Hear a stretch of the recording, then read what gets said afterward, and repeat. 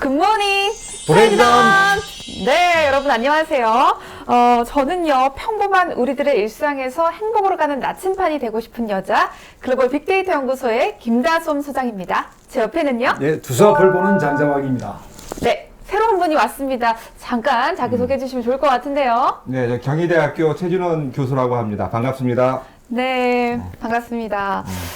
오늘 우리 새로운 뉴페이스가 왔어요. 왠지 굉장히 말씀도 잘하실 것 같고, 제가 사실 기대를 되게 많이 해가지고, 우리 교수님 인터뷰 기사 같은 거 보고 오늘 꼭 이런 질문 해야겠다 싶은 거 한 3가지 정도 준비해 왔습니다. 네, 괜히 겁납니다. 말씀 워낙 잘하시니까. 네. 자, 오늘 우리의 주제는 뭔가요? 예, 우리 한국 사회에서 어쨌든 뜨겁게 달구고 있는 586 문제를 저번에 이어서 한번 다시 또 최진웅 교수가 그에 관련돼서 발언도 좀 많이 하시고 그래서 네. 예, 어떤 좀 새로운 시각으로 보고 있는지 한번 점검해 보려고 합니다. 그렇군요. 이제 용감한 말씀들 많이 하셨던데, 제가 이제 보니까 586이 스스로 민주화해야 된다, 안 되면 뭐 용퇴해야 된다, 이렇게 말씀하셨는데, 사실 저는 둘 다 일어나기 힘들다고 보거든요. 여기에 대해서 어떻게 생각하시는지 궁금하고요. 그리고 은퇴 후에 무덤에 들어갈 때까지 제가 봤을 때는 네트워크를 이용해서 정말 좀 빨대로 꽂지 않을까 싶은 세대가 586인데, 그러면 그분들을 막을 수 있는 어떤, 제도적으로 막을 수 있는 어떤, 견제할 수 있는 방법이 현실적으로 있을까요? 뭐 이런 거 궁금합니다. 네, 뭐 질문이 너무 많아가지고 제가 어떻게 답변해야 될지 잘 모르겠지만, 제가 말을 해도 되나요? 네, 말씀해 주세요. 일단, 또 제 주장에 어쨌든 그 여러 가지 무리가 있을 수가 있습니다. 그래서 그냥 제 얘기는 한 귀로 듣기로 한 귀로 흘리면 됩니다. 그냥 네. 이런 의견도 있다. 정답은 아닙니다. 그래서 네. 그걸 조금 유념하셔서 들어줬으면 좋겠고요. 제가 생각하는 586은 어쨌든 80년대 네. 민주화를 선도했고 여러 가지 민주화의 주역입니다. 주역인데 그렇죠, 그렇죠. 야당일 때는 굉장히 많은 칭찬도 받았고 경례도 받았는데 이제 이분들이 이제 결과적으로 집권을 했잖아요. 집권을 네. 해서 이제 권력에 가까이 갔고 여러 가지 이제 국회의원들도 많이 있는데 어쨌든 최근에는 그런 민주화의 주역이라기보다는 많은 분들한테 뭐 어떤 기득권이라든가 어떤 위선의 상징으로 이렇게 타락하고 변질되는 것에 대해서 네. 우리가 한번 왜 그런지에 대해서 생각해 봤으면 좋겠다. 뭐 이런 취지입니다. 네. 그 이유는 제가 볼 때는 아마도 다른 것보다는 이거 자식 키우는 문제인 것 같아요. 맞아요. 그러니까 평상시에 그분들이 주장했던 거는 뭐 공정이라든가 뭐 어떤 민주라든가 연대 뭐 이런 거 많이 얘기했잖아요. 좋은 얘기. 공정 사회. 근데 결국 자식 키우는 걸 보니까 이건 또 너무 이제 자기 자식만 우선하는 자기 자식 우선주의에 매몰된 것이 아닌가. 네. 그래서 결과적으로 본인이 누렸던 어떤 갖고 있는 여러 가지 지식이라든가 자산이라든가 권력이라든가 이런 것들을 세습이라는 방식으로 불공정한 세습으로 끼리끼리 연대를 네. 해서 자기들끼리 연대하는 거죠. 네. 이거 스카이캐슬에도 많이 나왔던 얘기인데 그쵸. 이렇게 하면서 어쨌든 이게 결과적으로 공정하지 않고 부정하고 뭔가 특권을 누리려고 하는 이런 모습이 고스란히 또 조국 사태라든가 그 이후 맞아요. 여러 가지 추미애 장관의 모습이라든가 최근에 남인순 어떤 그 의원이 보였던 여러 네. 가지 그 이중적인 모습을 통해서 드러나면서 결과적으로 왜 이런 걸 비판하지 않고 네. 그 비호하면서 옹호하면서 어떤 이 결사대적인 모습으로 이 586들이 변신을 했는가 네, 네. 이런 거에 대해 국민들이 지탄을 하는 것이 아닌가. 그래서 저는 결국은 이게 화장실 들어갈 때랑 나올 때가 달라진 것이 아닌가. 센 발언인데. 결과적으로 젊었을 때는 뭐 젊으니까 이렇게 했는데 그쵸. 이제 권력을 잡고 나서 50대가 넘어가니까 이제는 철저히 방어한다는 이런 이중잣대의 모습을 보이는 게 결국 어떤 미래를 지금 지금 20대, 30대 사람들한테 너무 대조적인 VS를 보여준다 이거죠. 그러니까 이거는 결과적으로 우리 어차피 인생이라는 게 이렇게 성장기가 있으면 또 흥망성쇠가 있죠. 내리막길이 있는 거잖아요. 맞아요, 그래서 맞아요. 제가 결과적으로 이제 특별하게 권력을 줬는데 결과적으로 젊었을 때 그 정신을 실현하고 있지 못하고 기득권 방어와 어떤 위선으로서만 이 타락한 네. 정치의 모습을 보여주니 네. 이거 계속 권력을 주는 게 그러면 이제 첫 번째 질문에 마땅하냐 이런 거죠. 교육 같은 경우에서 어떤 특권 의식과 반칙을 했다라는 이야기 들고 그거의 대표적인 사례로 이제 조국을 드는 것 같은데 그러면 조국 같은 경우에 지금 이제 그 뭐 이런 법정 공방을 통해서 인턴 확인서가 가짜다 아니다 이제 이건데 거기서 약간 이제 도덕적인 비난을 받아야 될 거와 법적인 부분에 차이가 있는데 도덕적 비난에 가까운 거는 예를 들면 뭐 의대 실험해서 뭐 논문에 저자 이름을 올렸다 뭐 이런 연구 문제잖아요.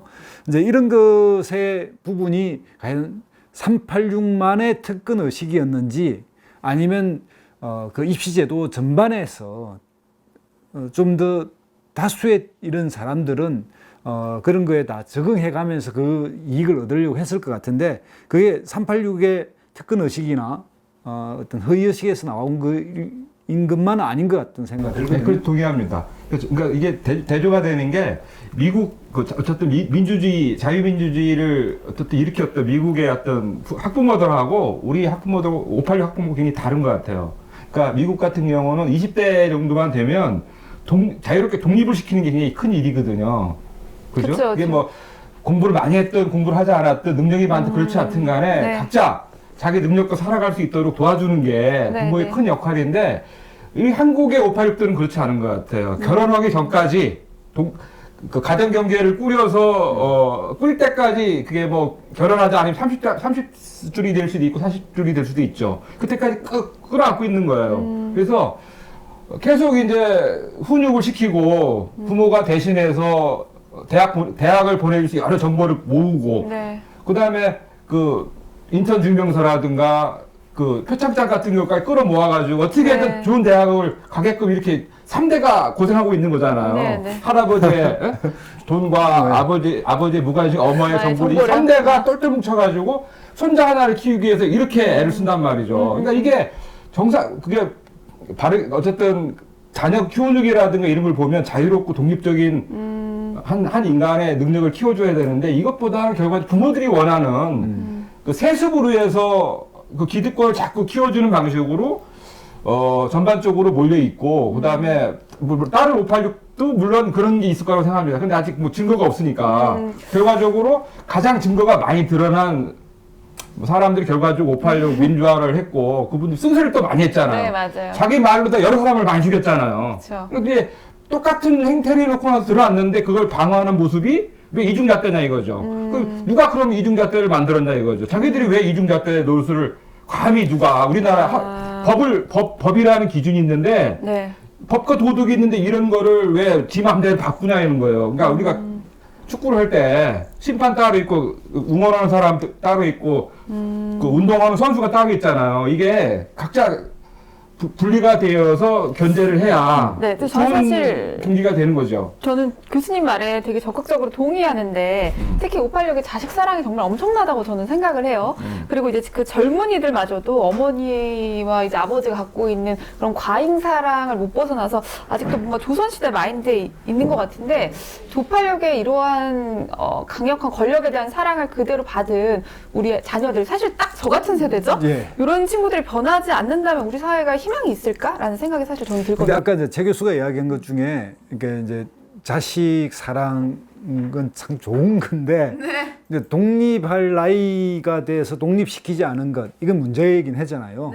근데 그게 이제 586이 만든 제도나 586에 와서 강화된 게 아니라 한국 사람의 전반적인 특징이라고 봐요. 굉장히 한국 사람들은 그 내리사랑이 강하고 그걸 해왔고 그리고 옛날에는 뭐냐면 이런 제가 이제 변명처럼 들겠지만 20살쯤 되면 장가를 가서 분가를 했어요. 근데 이게 이제 한국 사회가 현대화되면서 20살에 분가하는 데는 없고 30살이 돼도 안 하고 이제 35살쯤 돼야 이제 분가를 하기 시작하는데 그 기간 동안 학교와 직장 생활과 결혼 준비해서 한 15년이 옛날보다 넘어가 버린 거예요. 그래서 여기에서 부모들이 여전히 뭐냐면 이제 외국은 20살이 되면 독립해야 한다라고 하는 산업사회 일반이 적용되는데 우리나라는 그것이 약 10원 정도 연장되면서 결혼까지가 독립이다라고 생각하는 게 있는 것 같아요. 저는 이제 그게 바람직하다고 생각하지는 않는데 그런 것이 586이 만든 거다라고 하면 지나친 비유라고 자, 한번 더 정리해보자면 우리 교수님께서는 586의 쓴소리를 많이 했으니까 자기 자식 세대까지 그걸 연결시키면 안 된다라고 하셨고 우리 장자방님께서는 그건 586의 특성이 아니다. 그냥 우리나라 국민의 그리고 부모의 모든 특징적인 거다라고 이제 말씀을 해주셨어요. 특히 이제 한국 사회가 전통 사회에서 산업 사회로 넘어올 때 가도기적 현상. 과도기적 응, 현상에 응. 불과하다. 이제 근데 자기가 한 말에 교수님께서는 책임을 져야 된다. 그렇죠. 이제, 왜냐하면 국민적 비난이 있다라는 거잖아요. 그쵸. 물론 우리가 과거로부터 의존하는 건 당연한 건데 세상이 바뀌었단 말이에요. 민주화도 됐고 여러 가지 상공업이라든가 그다음에 자유와 권리가 많이 증가를 해서 지금 이제 통용되는 말은 국민 정서라든가 감정이라든가 상식이라는 말이 있잖아요. 그쵸, 국민 그래서 정서. 물론 아직도 우리가 조선 500년을 살았기 때문에 이교적 습속이 굉장히 많습니다. 네. 하지만 산업화도 있고 민주화를 했는데 그 주역이 바로 586이란 말이에요. 네. 그러면 뭔가 조금 앞서서 나갔기 때문에 선각자 역할을 했다고 본인들은 주장했고 그 대가로 권력도 잡고 국회의원 한 거 아니겠어요? 네네. 그러면 뭔가 좀 달라지는 모습을 보여야 되는데 그렇게 얘기를 하면 또 이렇게 우리 장자방 우리 도수형께서 방어를 그거 586은 왜 586은 다른 사람이냐 같은 사람 아니냐 이렇게 해버리면 또 할 말이 없어요. 왜? 그렇죠, 그렇죠. 그럼 과거에도 그러면 다른 사람들한테 너랑 나랑 다르지 않다라고 얘기하면서 비판하지 말았어야죠. 근데 그때는 엄청나게 비판해놓고 이제 와서는 똑같이 이중잣대로서 방어를 그런 식으로 보통 사람이랑 우리가 다 똑같은 사람들인데 왜 나한테 유별나게 그렇게 얘기를 하느냐, 똑같다는 게 아니라 뭐냐면 이제 한국 사회를 형성하고 사회의 전반적인 흐름이 이제 그런 큰 사회적 변화와 함께 오는데 그 변화의 과정에서 우리가 이제 자식들에 대한 이제 사랑 이런 것들을 표현하는 방식이 한국은 여전히 이제 어느 정도 분가 독립할 때쯤에 해야 한다고 생각하는 전통적 생각이 있단 말이에요. 근데 서구는 그게 이제 성인이 되면 20대가 되면 독립이다 이렇게 생각했다는 거예요. 근데 우리는 20대와 결혼의 분가가 일치했던 시절이 있지만 지금은 이제 15년 정도 넘어가 버린 이 사이에까지도 이제 가행 보호하고 있느냐 이 비판은 그렇죠. 맞아요. 맞는데 그게 이제 586들이 만들어낸 거라든지 586이 만들었다고 그러니까, 얘기를 한 게 아니고 네. 그걸 앞장서서 더 강조를 했고 결과적으로 이 변화된 시대 상황에 맞지 않는 행동을 보였기 때문에 지탄을 받는 거라는 거죠.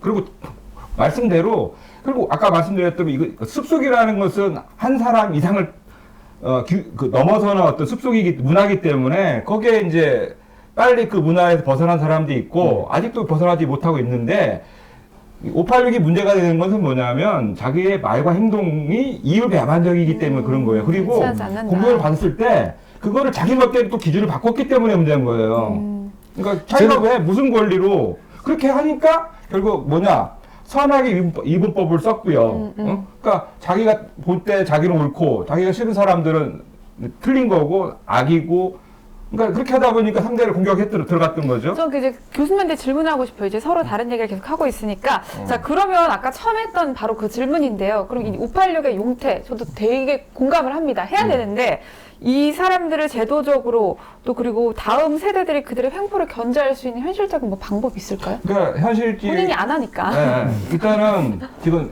이 젊은 세대들이 되게 힘들어요. 맞아요. 뭐 M4 세대라고 그러잖아요. 그래서 어쨌든 뭐 직장, 취직, 결혼 아까 얘기했던 다 그런 문제인데 이런 것으로부터 뭔가 희망을 갖도록 해줘야 되는데 그러니까 세습으로 자꾸 하고 있으니까 결국은 이게 열심히 일을 해서 능력을 키워서 직장을 얻어서 결혼을 가서 정상적인 사회활동을 할 수 있게끔 적어도 현실은 어렵지만 그런 어떤 희망이라도 줘야 되는데 지금 절망을 주기 때문에 아예 취직 생각도 안 하거든요. 마치 일본의 오타쿠처럼 그렇게 장기 불황이 돼버리면 20대들 취직을 안 해버려요. 그냥 오타쿠가 돼서 방에 방콕을 해서 비디오를 뭐 영화라든가 뭐 여러 가지 이제 그게 심취를 하는 거죠. 그러니까 적어도 지금 당장 불황이 세계 경제가 별로 안 좋기 때문에 또 다른 방법은 없습니다. 하지만 여러 가지 정책에서 뭐 지금 기본소득이라든가 이런 얘기가 나오고 있는 거잖아요. 근데 여기서 이제 세습 이야기 했는데 이거 좀 잘 다뤄야 되는데 자 586이 그러면 세습을 하고 있는가 그리고 586의 자녀들만 소위 말하는 양극화의 상층만 차지하고 있느냐 이 문제를 직접 봐야 되는데 그러니까 세습의 형태로 일어나는 행태 중에 이제 불만은 우리가 주로 전통적으로는 진짜 재산을 물려주지만 이제 지금에 와서는 저 사람들이 교육을 잘 시켜서 고급 두뇌로 만들어서 그게 이제 부로 이전되는 행식으로 일어난다라고 보는데 한국은 전통적으로 이게 공부와 이런 그 교육을 아주 강조했기 때문에 586만의 문제가 아니라 모든 사람이 교육을 통해서 신분 상승을 추구했던 사회예요. 그 신분사를 추구했고 교육을 통해서 신분사를 추구했기 때문에 그 교육을 통해서 세습한다라고 이야기하는 건 좀 더 좀 지나친 비유고, 두 번째 뭐냐면 상층 자리를 그 이 젊은이들이 힘들다고 하는 그 문제에서 정확하게 바라보면 뭐냐면 세계화의 추세 때문에 일어나고 있거든요. 그러니까 선진적인 기술이나 선진적인 글로벌한 부분의 가치 밸류에 이렇게 들어간 사람들은 굉장히 이제 우리나라에서 연봉 뭐 1억 가까이 되는 상층이고요. 그러지 못한 서비스나 이런 경우에는 이제 이게 아주 낮아요. 그런데 이 젊은이들이 그것에 대한 이제 어떤 좌절이나 뭐 오다쿠 현상 이런 게 다 586이 다 해먹어서 그렇다. 586이 다 차지하고 있어서 빈자리가 없어서 그렇다. 이건 좀 지나친 이야기예요. 뭐 저는 그렇게 주장을 하지 않고요. 다만 그 서강대 이철승 교수가 쓴 그 책에 보면 그 정말 586이 미래 세대 거를 그 약탈하고 있는가에 대해서는 그 어떤 데이터를 통해서 인과관계를 통해서 잘 설명하고 있습니다. 그럼 제가 그것까지는 얘기를 하지 않고 다만 앞서 얘기했던 우리 장자반께서 말씀하셨던 게 뭐냐면 저것도 민주주의라는 건 뭘까요? 제가 볼 때는 만민 평등이라는 거잖아요. 적어도 능력이라든가 어떤 이런 뭐 신분 뭐 이런 거 갖고 차별하지 말자는 거잖아요. 사실 그게 민주화 아닌가요? 그러니까 적어도 우리 동양적인 유교 사회에서는 입신양명이 굉장히 중요합니다. 그죠? 산업공상의 차별이 있잖아요. 그리고 성인군자를 추구해서 그 성인군자의 도를 깨달은 사람이 입신양명을 통해서 뭐 백성을 잘 가리킨다 이런 컨셉이잖아요. 그러니까 여기서는 이런 위계서열과 산업공상의 차별 속에서는 당연히 엘리트층들은 과거를 그죠? 과거 시험 봐야죠. 우리 공무원 시험 봐야 되는 거죠. 좋은 스카이 대학 나와가지고 좋은 자리를 찾으는 게 맞는 거죠. 그러니까 이런 구조 속에서는 비정규직의 악이고 정규직이 선일 수밖에 없어요. 이 선악의 이분법에 만들어 놓은 속에서는 절대로 이 586들은 절대로 비정규직을 선택하지 않을 저는 그럴 가능성이 있어요. 그래서 그런 선악의 이분법을 너무나 잘 알고 있기 때문에 비정규직법을 저는 폐지 않을 것 같아요. 그리고 항상 어떻게 주장하느냐, 비정규직은 나쁘니까 정규직화해라.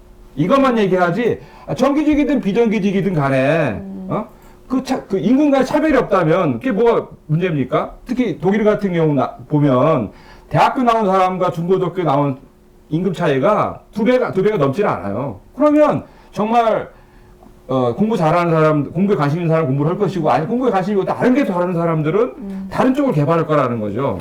그러면, 공부를 젊었을 때는 확실히 했지만, 나이 먹어서 공부에 관심 있는 사람은 그때 공부를 해도 늦지는 않는 거죠. 근데 우리나라는 여전히 유교적이기 때문에, 유교 서열이 중요하기 때문에, 그, 대학 갈 때 좋은 대학을 못 가면, 그 기회를 자기가 원하는 걸 찾지 못하는 거죠. 나라가 그렇기 때문에. 그 586이 만들어낸. 그러니까 학부모들이 그게 굉장히 심각한 거예요. 근데 문제는 586이 만들는 건 아니지만, 그거를 더 잘 이용해 먹었다. 그렇죠. 그러니까 그리고 민주라는 이름으로 그 기회를 역으로 활용했기 때문에 저는 비난을 한다고 생각을 해요. 근데 이제 그 쭉 이야기가 하도 이제 큰 이야기의 어떤 요소들, 이렇게 선악 개념의 구분이라든지 이런 게 이제 586들이 다 했다. 이것도 좀 이야기. 저는 그런 주장을 하지 않았고, 다만 지금 제가 하는 것은 586들이 왜 비난을 받고 있는가의 문제, 거기에 전 초점을 받고 있는 거예요. 그러니까 본인들도 단순히 그냥 보통 사람들의 상식처럼 원래 그렇다면 굳이 민주화도 하지 말았어야죠. 아니 그 점은 아니죠. 분명히 그 선악의 구분을 모든 데 적용해서 다 활용해본 나쁜 짓이지만, 전두환 그 독재 정권이 나쁜 정권이다라고 이야기를 하지 말았어야 한다든가, 그게 나쁘지 않았다 이렇게 이야기하면 안 되는 거잖아요. 그건 그렇게 그때는 필요했고, 또 그것의 규정이 우리 민주화를 이끌어온 그 주요 동력이잖아요. 근데 아까 제가 얘기했지만 그런 걸 현재까지 끌고 와서 아까 제가 몇 가지 예를 들었잖아요. 조국 사태라든가 그 이중적인 모습을 보여줬을 때 철저히 586 정치인들이 한 게 뭐냐는 거예요. 저는 그러니까 옹호하면서 그 비난하면은 너 반대당 척자 아니냐. 그리고 그럼 586들은 뭐 부동산 가지면 안 되고 자식 세습하면 안 되냐 이렇게 나오니까 그럼 그렇게 하는 것이 뭐 반대당보다도 낫지 않냐. 세습과 부동산을 가져야만 한다고 주장하고 586이 있어요. 아직 그 SNS 거 보면 지지자들 보면은 물론 아니 그런 그 얘기가 많이 나와요. 비슷한 얘기가. 아니, 그거는 이제 SNS의 극단적 이야기들이고 아무리 문제가 안 나와도 독재 정권의 후예자들보다 낫다. 이렇게 얘기를 하잖아요. 이 말엔 동의해요. 이 말엔 동의해요. 자, 여러분, 이게 오늘이 지금까지 했던 모든 토론 중에서 가장 과열되고 있는 양상을 보여주고 있는 것 같습니다. 여기에서 지금 당장 586하고는 조금 생각이 다를 수도 있지만, 저는 이런 질문 하나 해보고 싶어요. 저희 유튜브 제목이 프레지던트 TV잖아요. 항상 이제 정치에 관련된 거 보면 선거 공학에 대한 얘기가 많아요. 근데, 정치인들이 선거 이기고 나서는 그냥 국민들을 싹 다 잊어버리는 것 같다라는 생각이 사실 많이 들거든요. 그래서 이제 국민 투표로 뽑는 민주주의에 대한 회의감이 든다. 뭐 이런 생각도 사실은 정린이 정치를 모르는 저로서는 그런 생각이 종종 들 때가 있습니다. 자, 선거 공학 말고요. 진정 국민을 위한 정치, 국민을 위한 정치 뭐 다른 대안 없나요? 맨날 선거 공학만 하니까 너무 재미가 없더라고요, 저는. 어떻게 나아가야 돼요, 저희? 잘 나가야 되죠. 어떻게 잘할 거냐 문제는 뭐 저는 크게 생각하지 않아요. 그러니까 가장 좋은 거는 항상 아까도 제가 처음에 모두에 얘기했듯이 네. 열린 사고가 좀 필요하다고 생각해요. 열린 사고. 정답을 자꾸 추구하기보다는 정답이라는 것은 추구를 하지만 그건 결과라는 거죠. 네. 그러니까 충분한 과정에서 견제와 균형 여러 목소들이 서로 팽팽하게 긴장감을 갖고서 서로 견제와 균형을 하다 보면 네. 자연스럽게 자연스럽게 저는 좋은 걸로 갈 거라 생각해요. 그러니까 정치라는 것은 결국은 공공선을 추구하는 거잖아요. 네. 공공선을 우리가 처음부터 만들 수는 없죠. 그러니까 제가 586을 이렇게 얘기하는 것도 뭐 정답은 없습니다. 네. 이렇게 하다 보면 물론 싫은 소리 들으면 열도 받겠지만 그래도 또 집에 가 생각해 보면 내가 보지 못한 부분도 있었구나. 네. 그래서 이렇게 이게 개명된 세상이구나. 그래서 적어도 내 말과 행동이 나를 이제 지지하거나 나한테 투표해주는 사람들의 네. 어떤 감정이라든가 정서, 눈치, 이 사람들하고 뭔가 맞추지 않으면 내가 위태롭구나라는 걸 깨닫는 거라고 생각이 드는 거거든요. 그래서 적어도 국민 감정, 지금 어쨌든 정치에 대한 불신이 굉장히 크잖아요. 네. 그리고 586들이 도대체 뭘 했냐 지금까지 비정규직 하나 그 문제를 해결하는데 청년 세대들의 일자리 창출이라든가 뭔가 그 격차 문제를 해결하기 위해서 뭘 했는가. 제가 볼 때는 아까도 얘기했지만 결사 옹호, 자기 그 불공정과 불정의가 나타났을 때 그 옹호 외에는 저게 본 적이 별로 없는 거야. 좋은 거를. 비정규직과 정규직의 차별이나 이 격차를 옹호했다고요? 아니, 그걸 해소하기보다는 이제 그거는 근본적으로 고치지 않고 자기 세대가 공격받을 때 옹호했다라는 거 철저하게. 예를 들어서 남인순 씨 같은 그런 국회의원 같은 경우 그런 젠더 문제가 생겼을 때, 성폭력 문제가 생겼을 때 여기 또 문제가 되는데 이게 피해자냐, 피해 호소인이냐, 이게 논쟁을 얼마나 있으면 이런 거 같고. 아니, 근데 그 문제도 지금은 언론이 일방적으로 이야기했지만 피해 호소인이라고 하는 말을 최초로 쓴 사람들은 젠더 문제를 해결하려고 했던 청년들이었어요. 그리고 그 사람들은 이 문제를 객관적으로 다뤄야 된다고 생각해서 만든 말이에요. 이걸 남희순 의원이 만들어낸 말도 아니고 이 말이 객관적이라고 해서 썼는데 언론들이 이걸 피해자로 쓰지 않으면 안 된 것처럼 이야기했는데 피해자라고 쓰는 조건이 있잖아요. 뭐 고소가 들어가서 또 당사자의 이제 어떤 그 문제를 직접 다루거나 그 사람을 보호해야 될 때 법률은 그 사람을 피해자로 보고 보호하게 돼 있어요. 이제 그럴 때는 그 말을 쓰지만 그 전까지 진실을 다투는 문제에서 객관적인 표현을 하자고 말한 그 자체가 정말 나쁜 건지는 다른 문제예요. 네, 동의합니다. 저도 그런데 애초에 처음부터 여성 운동가라든가 이 페미니스트들이 법적으로 안전하게 끝나지 않을 때까지 피해 호소인이라고 썼더라면 네. 좋았을 것 같아요. 근데 이제 본인들은 그렇게 쓰지 않고 공격을 해서 피해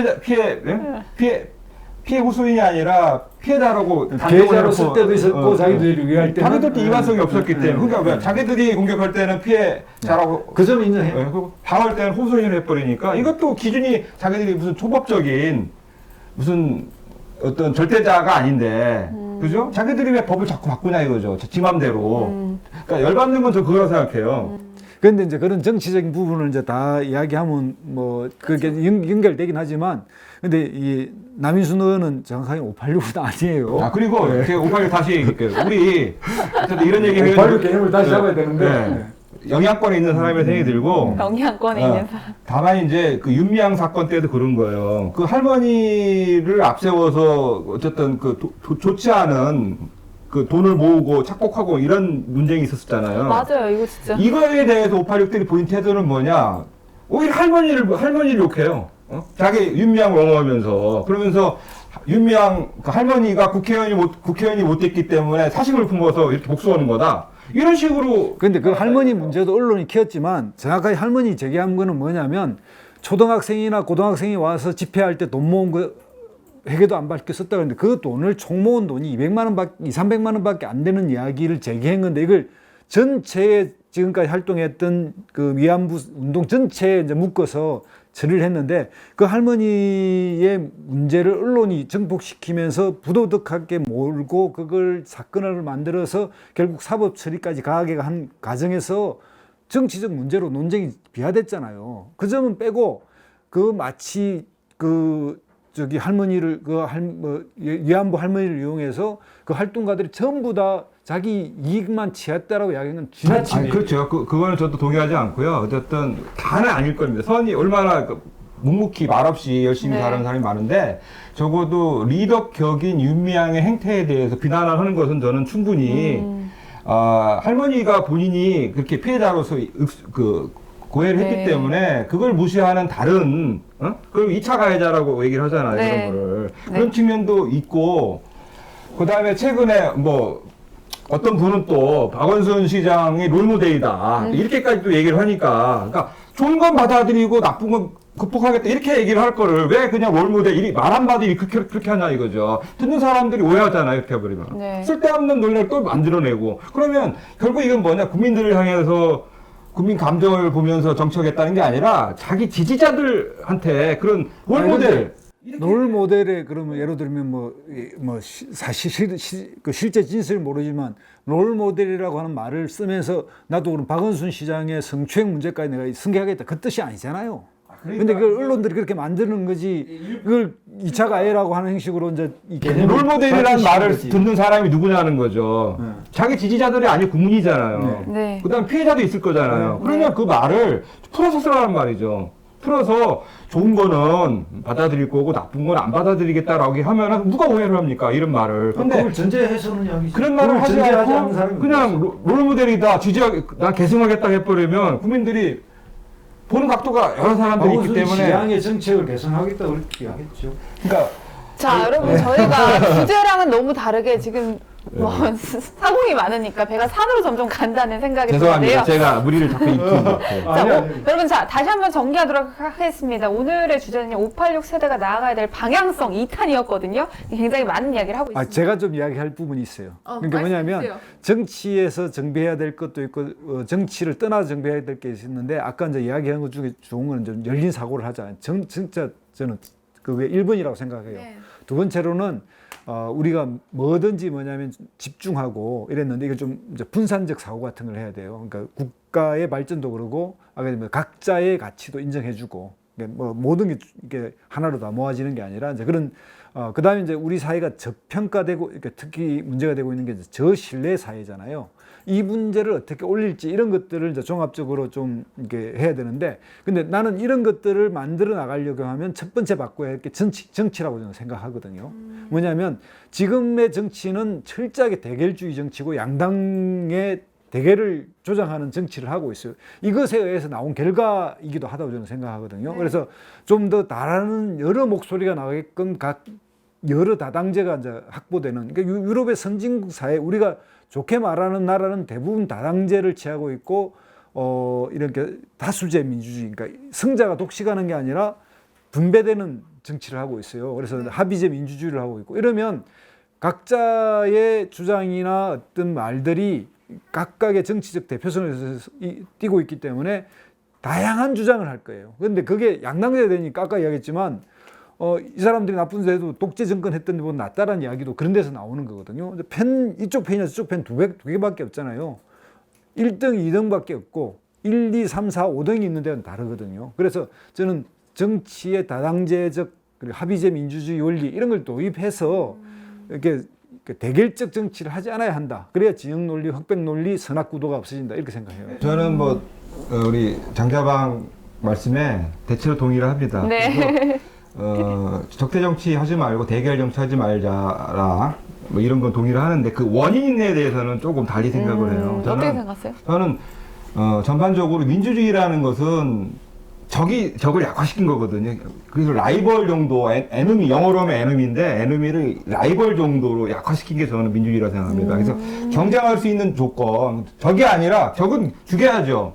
근데 에너미가 아니라 라이벌 정도, 경쟁과 협력할 수 있을 정도의 사람 관계, 선악구도라든가, 어떤 옳고 그름의 관계도 저는 그렇게 약화시킨다 생각을 해요. 그 약화시키기 위해서 다단계가 필요한데 양당제는 그걸 계속 강화시키잖아요. 그러니까 다당제는 그것의 결과물이란 말이에요. 네. 그러니까 다당제는 좋고 양당제는 나쁘고 이런 건 없다고 생각해 민주주의에서. 그것은 그 나라가 처한 습속의 차이라든가 문화의 차이 이런 거죠. 그래서 아무리 우리가 좋은 제도를 우리 갖다 놔도 저는 결과가 비슷할 거라고 생각해요. 옆나라 일본 같은 경우도 내각제잖아요. 그죠? 근데 결과가 어떻습니까? 자민당 독재를 지금 70년 이상 하고 있잖아요. 마찬가지로 저희도 그런 습속, 유교적인 습속 위에서 어떤 제도를 갖다 놔도 저는 결과는 별 달라지지 않다. 내각제 때문에 그런 게 아니에요. 그러니까 제가 얘기했잖아요. 선거제도가 그렇게 양당제를 강조하고 강화되는 선거제도를 가지고 있느냐 아니냐에 따라 다른 게 대표적인 나라가 뉴질랜드거든요. 과거에 소선거제일 땐 뉴질랜드가 양당제였어요. 그러니까 근데 다수제 민주주의를 하니까 다당제가 되니까 그러니까 제도를 바꾸면 사람이 바뀌어요. 그러니까 가장 중요한 컨셉이 토크빌이라는 사람이 이렇게 얘기를 했어요. 미국이 민주주의가 잘 되는 이유가 세 가지 이유가 있다고 얘기해요. 뭐예요? 지리적 조건. 지리가 굉장히 주인이 없었기 때문에 물론 인디안이 있었습니다. 주인이 없고 굉장히 좋은 풍토였다는 거죠. 땅이 넓었으니까. 네. 두 번째는 법제도라는 거예요. 세 번째는 뭐냐? 습속이라는 아주 어려운 표현을 씁니다. 그러니까 이 세 가지 중에서 가장 중요한 게 뭐냐? 습속이라고 얘기를 해요. 아, 그래서 아까부터 계속 숲속 하셨구나. 습속이 가장 뿌리고 그 위에서 법 제도가 있는 거예요. 근데 거꾸로 우리가 외국 거를 이렇게 가져오다 보니까 어떤 문제가 생기냐? 논쟁 사항입니다. 이거는 우리 두세형도 논쟁 대상이고요. 결과는 뭐냐? 우리 몸과 풍토는 땅덩어리는 이제 밭이 있잖아요. 밭이. 그러다가 외국에 그 씨앗을 갖다 심는다 해서 잘 자라나 그런 건 아니라는 거죠. 귤알기라는 말이 있잖아요. 귤이 회수를 넣으면 탱자가 된다는 이런 것처럼 이런 걸 제도 이식론이라고 그래. 제도 이식론. 그러니까 외부에서 자꾸 뭘 갖다가 이렇게 꽂으면 외부에 갖다가 꽂으면 물론 사는 것도 있습니다.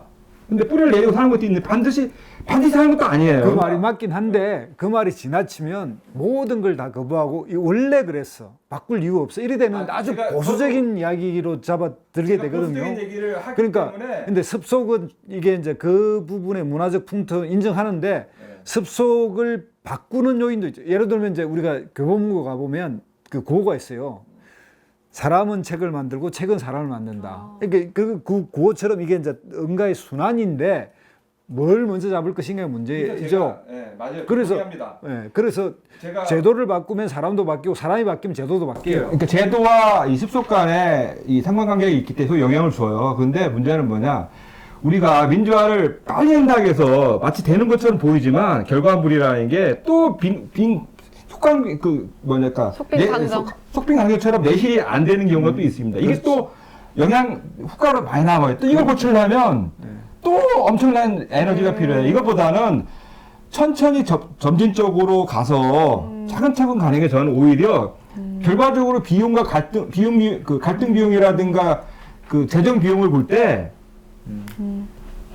더 낫지 않겠나 이런 생각하는 거죠. 그래서 제가 조금 얘기하는 것은 1차적으로 외국의 법제도 좋은데 일단 위계 서열이라든가 산업공상에 대한 차별, 그다음에 그 선과 악의 이분법적인 대입, 그래서 정규직은 좋은 거고 비정규직은 악이고 이런 식으로 서로 상대를 공격을 할 때 비판도 여러 가지 비판이 있거든요. 그러니까 예를 들면 우리가 양비양시론이라는 게 있어요. 네 얘기는 부분적으로 맞고 부분적으로 틀리다 이렇게 얘기하는 사람과 네 말은 100% 틀리고 난 100% 맞다 이렇게 하는 사람들은 정말 원수지간이 될 수도 있고 신고가 될 수도 있어요. 네, 그러니까, 맞습니다. 그렇죠? 자, 여러분 저희가 굉장히 오늘 열띤 토론을 하게 되었어요. 사실 저희 첫 번째 주제는 이제 586 세대 이제 방향성에 대한 이야기였는데 제가 질문을 잘못해서 선거 공약 지겹다, 다른 대안 없냐, 요거 질문 하나로 시작돼서 이걸로만 한 30분을 얘기하게 되었어요, 여러분. 죄송합니다. 제가 또 모르겠거든요. 아, 이거. 자, 아니 되게 재밌었고요. 우리 최진원 교수님 말씀은 이제 공공선을 추구하면서 천천히 나아가야 된다. 그렇게 해서 정치가 바뀔 수 있다라고 하셨고, 우리 교수님께서는 양당제 안 된다. 이제 여러 당제 유럽 사회를 따라가자. 이렇게 말씀을 해주셨습니다. 자, 여러분의 생각은 어떠신지 댓글로 같이 소통해 보면 좋을 것 같고요. 다음 시간에 저희는 더 알차고 또 재미난 주제로 다시 돌아오도록 하겠습니다. 안녕. 죄송합니다.